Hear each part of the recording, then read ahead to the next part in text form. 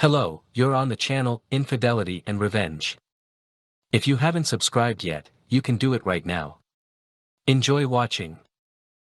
Betty was a beautiful, athletic woman. However, in the minds of many, the key word is was. That's not true for me. A little background information about me, Eddie Butler, is probably necessary to understand the rest of this story. Up until about age 14, I was a juvenile bully.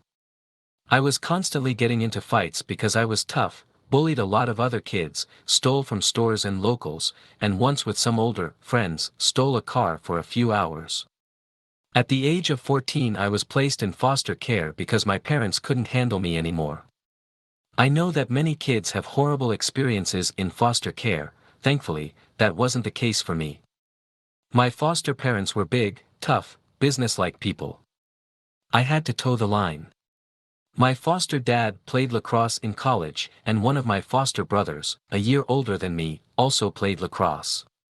Working random jobs, I was able to save up enough money for a lacrosse stick. My foster parents pushed for me to get into a lacrosse league, and I practiced with my brother and dad all the time.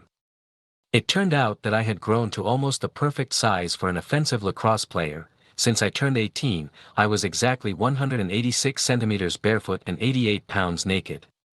Long story short, by the time I turned 18 and was a senior in high school, I was good enough to get a scholarship to college. I earned a degree in electrical engineering in 4 years and received a number of lucrative job offers when I graduated from college. I soon met my wife Barbara, a marketing major. We married when we were both 24 years old and enjoyed life as a highly mobile couple.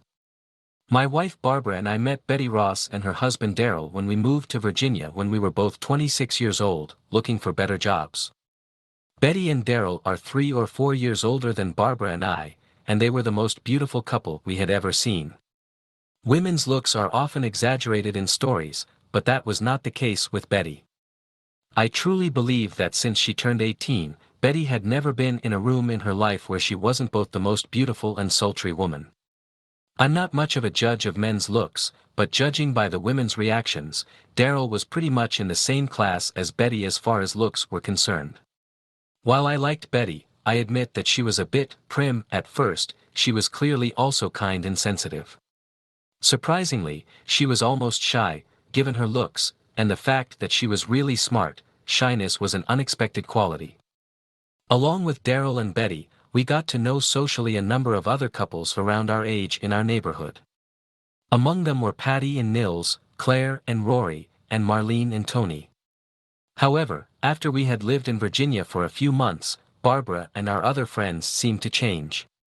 They seemed to look down on Betty. I had a hard time understanding why until I realized it was jealousy when I overheard a conversation in my kitchen between Barbara and 2 of her friends. I was working on a project outside the kitchen area of our house, and since it was a nice spring day, the windows were open. "Geez, Barbie." Barbie is my wife's nickname given by her friends, although I never called her that. That bitch Betty is really stressing me out. "You see my husband Nils drooling whenever he's around her," Patty growled. "She's the hottest bitch around and always seems to be showing off her goods," Claire added. "Rory and I had the biggest fight over her after he was even more obvious than Nils drooling like a lovesick bloodhound." "Eddie's not as obvious," Barbara interjected, "but like the rest of the troglodytes we're married to, I'm sure he stares at her from behind his ubiquitous aviator sunglasses when he's around that bitch." "I'd love to knock that slut off," Patty giggled, while Claire seconded the word slut, joining in Patty's fun. Tearing Betty off her pedestal and calling her all sorts of names that were both misguided and inappropriate went on for at least another 5 minutes before I had enough of it. I loudly announced my presence by bursting through the side door and into the kitchen, finally putting a stop to the slanderous party for the time being. "Oh, hi Claire, hi Patty," I smiled, pretending I had just walked over. "What's up?" "Just a little girl talk," Barbara smiled back, graciously allowing me to kiss her on the cheek. I chatted with them for a bit, drank a bottle of iced tea, and then announced that I was going to do some work right under the kitchen windows. Claire and Patty left shortly thereafter, so the "put Betty down" party broke up. The way these 3 were talking really pissed me off. It was especially hurtful since both Claire and Patty had undoubtedly hit on me in the past. I could easily tell the difference between hitting on me and flirting, and this was hitting on me, and yet they called Betty, whom I had no reason to believe was promiscuous, a slut. I was also concerned about Barbara's attitude. She'd changed since we'd moved to Virginia, or maybe the real her was coming out, because I'd never seen the angry, caustic side of her that I'd observed over the past few months. At any rate, whenever our group of friends got together, the women never ostracized Betty in mixed groups because of how good-looking her husband Darryl was. I tried to be as nice to Betty as possible to compensate for the subtle ways the women avoided her. Betty never dressed particularly provocatively. There was just so much natural beauty, sultriness and poise in her that she couldn't hide it. We had been living in Virginia for about a year when tragedy struck. Betty was in a serious car accident and ended up with significant facial damage and had to have her left leg amputated below the knee. Even after months of plastic surgery and rehabilitation, she looked bad, in part because the left side of her face was covered with scars that no plastic surgeon, no matter how skillful, could completely fix. The saddest part was how the other women reacted to her accident. Although they seemed sympathetic in Betty's presence, behind her back they seemed almost joyful. I wouldn't have been surprised if at least Claire, Marlene and Patty, and I hoped not Barbara, were satisfied that slut Betty had been taken down a few notches. The way Betty was treated wasn't my only complaint. Barbara had definitely changed, and by the time we had lived in Virginia for about 18 months, I liked Darryl, Rory, Nils, and Tony less and less every time I interacted with them. They all played small college soccer, Division III, and for some reason thought it was better than me playing lacrosse. I never tried to explain to them how naive that was. Athletes from the conference, which I played in, tend to be in a completely different class than Division III athletes. Barbara seemed less affectionate than when we got married, much more caustic, and more concerned with material things. I talked to her about these changes, but she either explained that her ideas were just maturing, or that I was making them up, or that I was the one becoming more sensitive. As for the guys in our group, I only socialized with them when we had social events with our wives. I joined an amateur softball league, started taking tennis lessons, and made another group of male friends who were easier to get along with. The first significant event occurred about 3 months after Betty's accident. I visited her several times in the hospital, helped her connect with an excellent rehabilitation center, and she was fitted with a prosthetic lower leg. I was jogging in a local park when I passed a secluded grove with a couple of benches in it and heard what I thought was sobbing. I stopped my run, wondering if anyone was in trouble, and entered the grove. Betty was sitting on a bench crying. I walked over to Betty, sat down next to her, and touched her hand before she even realized it was me. She flinched when I touched her hand, but when she saw it was me, she rested her head on my shoulder and continued to cry. I put my arm around her and just let her cry for a few more minutes. After a few minutes, Betty regained most of her composure, looked at me, wiped her tears and said, "I'm sorry you had to see my self-pity party, Eddie. I realize you've been through a lot, Betty. If what happened to you had happened to me, it would have taken me a long time to come to terms with it. I don't think I should be so superficial and worry about how my appearance has changed, or that I can't exercise like I used to, or wear clothes that show off my legs that I used to vainly enjoy," she replied, smiling weakly. "You're not superficial, but you seem resigned. You don't need to be resigned, you can have as good a life as you used to." "Not with that horrible scar on your face," Betty snorted, turning to my left side, "or that artificial leg." She kept tapping her left shin, which made a metallic sound. "That's where you're wrong, Betty," I continued. "You may no longer be ranked 100 out of 100 in looks like you used to be, but you're still no lower than 98. People with even more need for prosthetics than you are able to perform physical tasks just as well as normal people." Betty looked puzzled. "Why do you say that when you know damn well it's not true?" I looked disgusting, at least Darryl seems to think so. I grinned. She slapped my arm and reprimanded me, "It's not funny." "Yes, it is funny," I replied, "because you're a beautiful, sensual woman any man would be lucky to marry, and if Darryl thinks otherwise, he's the one who's superficial." After a long pause she remarked, "You must be blind." "No, actually I can see very well," I'm lucky with my eyesight. I think you need a change of attitude. Tell you what, why don't we meet twice a week to work on your mobility? I'll accompany you wherever you want to go so that if you have physical problems or feel discomfort, I can help.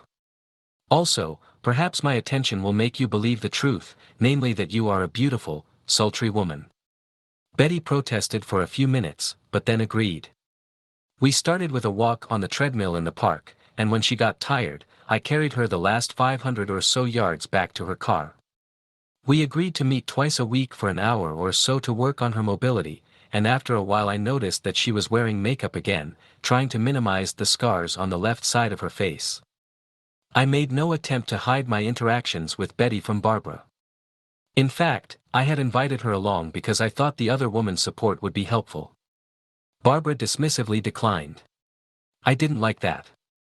After about 6 weeks of our sessions, Betty's attitude and mobility had improved dramatically. However, she had one major flaw. She said that Daryl was becoming more aloof each week and that she was sure he was having an affair. When, after one of our sessions, she told me about her suspicions of an affair, I sat her down and talked to her at length about it. After talking to her, I wasn't convinced she was right, but because it bothered her so much, and because she and I had become good friends, I offered to investigate for her. When do you think he's most likely fooling around? I inquired. It seems to vary, but it's almost always early Saturday morning. Would you mind if I temporarily disable his car one Saturday, put an electronic tracker on your car, and he has to use it? Working as an electrical engineer, I've had access to all kinds of sophisticated electronics that exist. I can easily find out if he cheats on Saturday afternoons. You'll call me this Friday night after you make sure he doesn't use his car tonight. You'll leave the side garage door open and I'll do the rest. A wide smile appeared on her face and she kissed my cheek. I smiled back. The second significant event occurred when I implemented my plan on Friday evening. After receiving an encrypted message from Betty, "My prosthetic leg hurts tonight, any suggestions?" I left the party Barbara and I went to under the pretense that I was going to get more ice for the host. I snuck into Betty's garage, temporarily shorted out a crucial chip in the starter circuit of Daryl's car, and inserted a magnetic tracker into the rear wheel well of Betty's car. This took a total of 4 minutes. I grabbed some ice for the host and headed back to the party. Barbara was out doing her usual Saturday shopping with Claire or Patty, I can't remember with whom, so I was free to keep an eye on the tracker in Betty's car while I did some computer work at home. As soon as I saw Betty's car in motion, I jumped in my car and followed her. Imagine my surprise when I found it parked in front of Marlene and Tony's house, right next to Barbara's car. I knew from the conversations at the party Friday night that Marlene was out of town. I parked on the next block and sneakily approached Marlene and Tony's house. No one was visible on the first floor, but I heard a noise on the second floor. It was risky, but I tried the knob on the back door and found it open. I took off my shoes, slipped into the house and went upstairs. My surprise turned to anger when I heard the sounds of sex in the master bedroom and saw two couples having sex on the double bed, Daryl with Barbara and Tony with Claire. My instant desire, based on my past life as a tough juvenile delinquent and my aggressiveness when I played offensive lacrosse, was to barge in and beat the shit out of Daryl. However, I was criminally trespassing on Tony's turf, so I knew it wouldn't end well for me. Instead, I took some candid photos on my smartphone. The angles weren't great, but if you look at all 6 different photos I took, I think you can tell who the 4 contestants were. Barbara's face was certainly clear when she was riding Daryl cowboy style, as was Claire's face when she was riding Tony. Daryl's face was also very clear in one of the photos. Tony's face wasn't clear as he was lying flat and farthest away from me, but it was his bedroom and those who knew him would be able to tell it was him. After taking and quickly reviewing the pictures, I snuck back downstairs, put my shoes back on and left. I didn't have any doubts in my mind that the crooks would switch partners after the first time. Just because I needed to do something, I flattened the 2 rear tires of Barbara's car, then drove to Betty's house.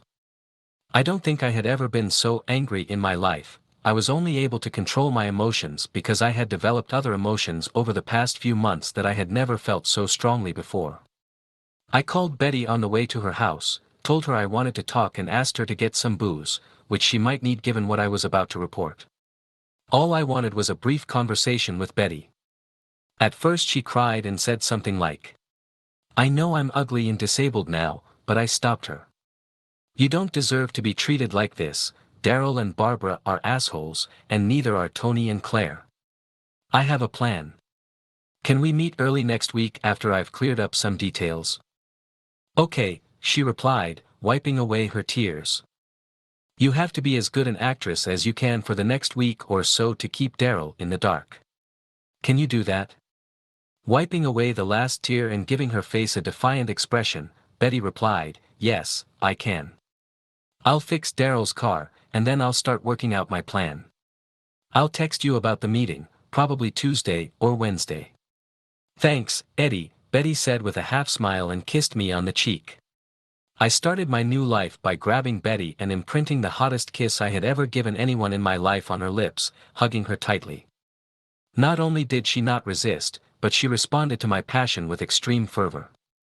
When I pulled away, I smiled at her, went to the garage and removed the short circuit from the starter circuit of Daryl's car, then drove home.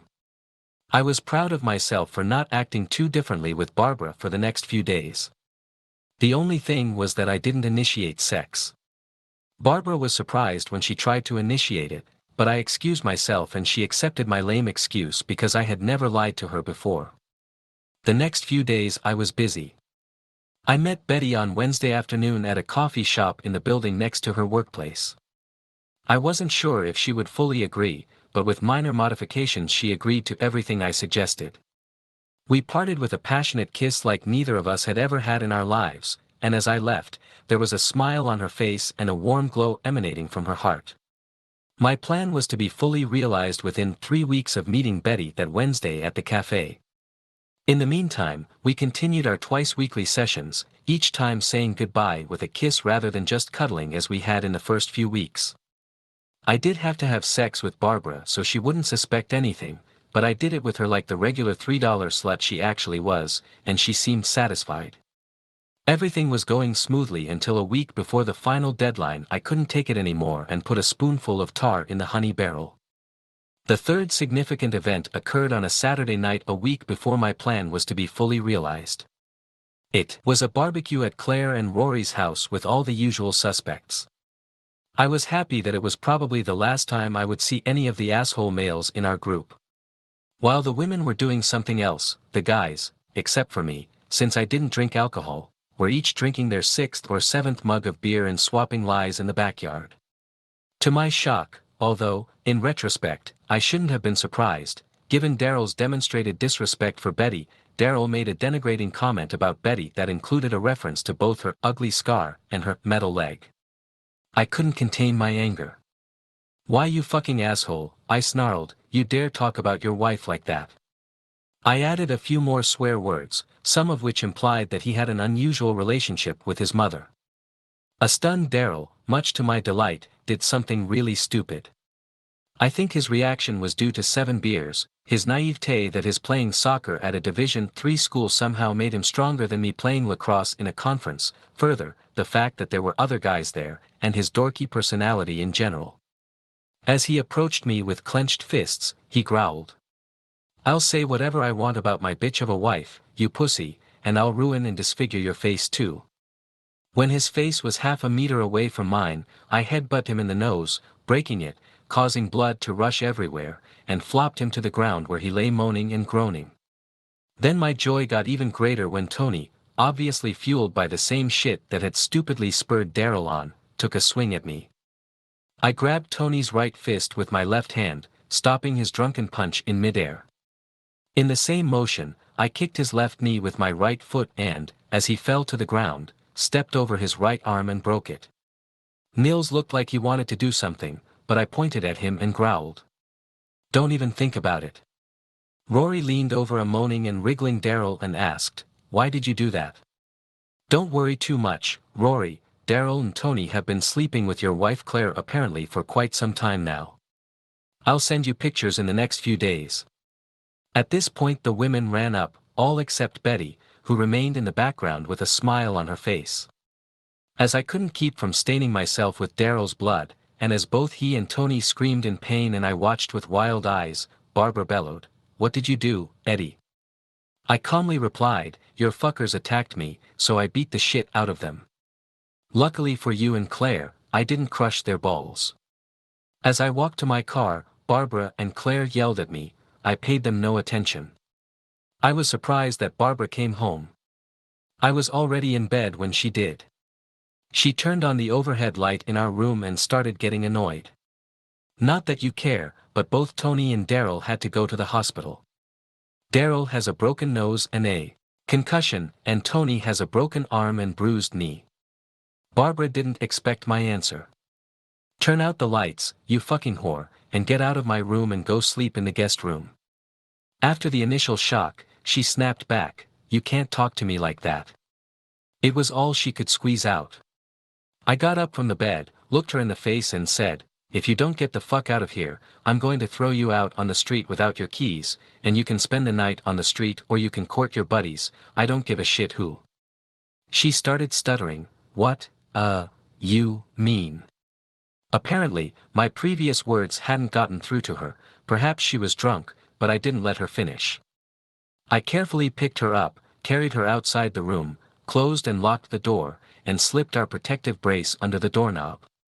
Barbara pounded on the door for about 5 minutes, but I turned on our white noise machine to drown out the sound, and 10 minutes later I was in dreamland. Sunday morning, I called Betty and asked if she minded us speeding up our escape.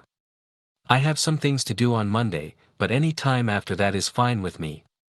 I'll have the servers ready for processing by Tuesday and arrange for the movers to come on Tuesday too while Daryl and Barbara are at work," I replied cheerfully.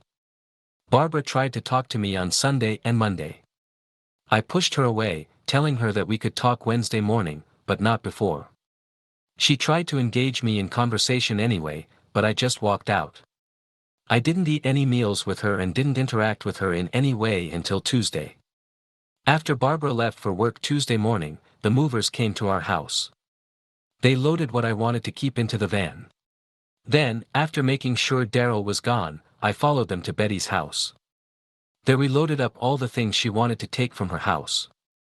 As the movers were finishing up, the guy assigned to drive Betty's car to Columbus, Georgia showed up and we gave him her keys and instructions.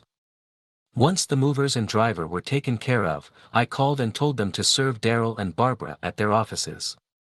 At the same time, I sent pictures of the cheaters from my phone to Rory, Marlene, Daryl and Barbara. Then Betty and I kissed passionately and got into my car. Barely out of Virginia, Betty grinned. "I can't believe I'm starting a new life, with a new job, in a new city, with a guy I've never even had sex with. That last problem will be solved when we stop for a sleepover tonight. You know damn well it's going to be amazing because I love and respect you and you respect me," I smirked. Betty laughed, kissed me on the cheek, and then started chatting about our new life and temporary housing in Columbus near our new job until we could find a house we liked. I learned a few things that night. I can't say it was a surprise, but I was certainly happy to get confirmation. 1. Betty having a scar on her face and missing a leg below her left knee had nothing to do with sexual pleasure. She could manipulate her body into almost any position that gave us sexual pleasure. 2. When you are in love with someone with all your heart and you are getting out of a bad situation, sex is as emotionally satisfying as it is physically. 3. Starting a new life with Betty was probably the best decision I've ever made in my life, probably after I got out of the juvenile delinquent stage in foster care. Both Daryl and Barbara tried to call us several times. We only answered their initial calls, during which we simply told them that all communication had to be done through our attorney. Apparently Betty and I hired the same one. We had already split all the cash and securities we had 50-50 with our soon-to-be ex-spouses, and were ready to either sell our homes or offer to buy them out. Rory and Marlene also called us. They asked for further explanation of the photos I had sent them. I provided additional explanations as well as the name of the attorney that Betty and I were working with. We never found out what they did with that information. 7 years after we moved to Columbus, I consider my life with Betty to be perfect. She now has 3 different prosthetics for 3 different situations, including one that allows her to easily jog while we wheel our 2 children around in strollers. At first, she was shy about appearing in public in anything but long pants, but I convinced her that even with the prosthesis her legs were amazing, and now she wears shorts or skirts without hesitation. We explain our love to each other every day, and we absolutely mean it. We don't know what Daryl and Barbara are doing, we don't care at all. Thanks for watching. And don't forget to rate the video and leave your comment.